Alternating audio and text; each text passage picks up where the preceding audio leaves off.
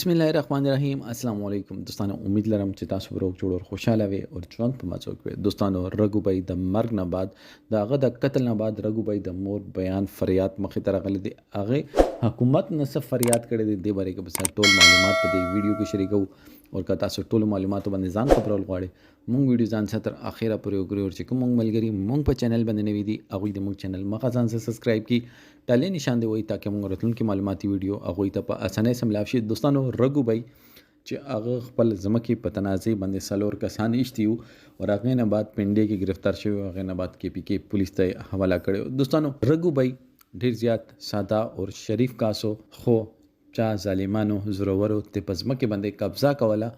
دا ورته ورغلو چې ځمکه رانه اخلي ځمکې باندې رانه قبضه کوي نو ما ولې که زه م ونه ویشتلم نو زه به تاسو وولم. هغوی څه اصلاح وه ما څه اصلاح وه خو هغوی ته دا نه وه پته چې ما څه اصلاح شته ده. رګو بای هغو څلور ویشتلو او هغې نه بعد جیل ته لاړل او وایي چې زه دوی سره روغه کول غواړم. بیا مشران پکې کېناستلو جرګې وشولې. مور یې وایي چې مشرانو کېناستو نه بعد جرګو نه بعد اور هر یو عدالت کاروای نه بعد رګو بای رخلاص شولو او رګو بای خپل ساده او سمپل ژوند چې دا هغه کنټینیو کو. خو رګو بای ته دا نه وه پته چې زه به دومره زیاتې بېدردۍ سره قتل کېږم ولې چې ما خو ټولو سره صلاح کړې ده. هغوی دروغو باندې روغه کړې وه. هغوی دا غوښتل چې رګو بای د جیل نه راوځي او موږ به پې بیا حمله وکړو او خپله دښمني به پې سړه کړو. دوستانو هغه دا فریاد کوي چې زه دې ټیم کې عدالت نه دا فریاد کوم چې هغوی نه تاسو څه ګارنټي اخیستې وه.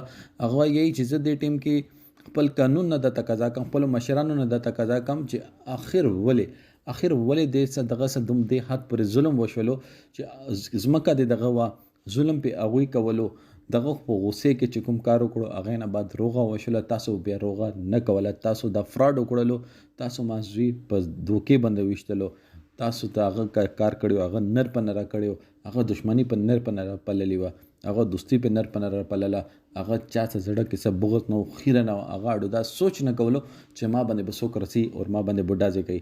دوستانو دا دعا به کوو چې الله پاک د رګو بای ته جنتونه ورکړي. غلط کار یې کړی هغه چې کومه خمیازه وه هغه ورکړې ده.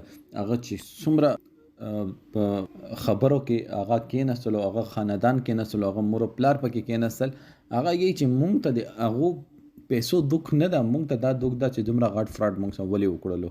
دوستانو الله پاک دې مور د زړه ته صبر ورکړي. آمین ثم آمین.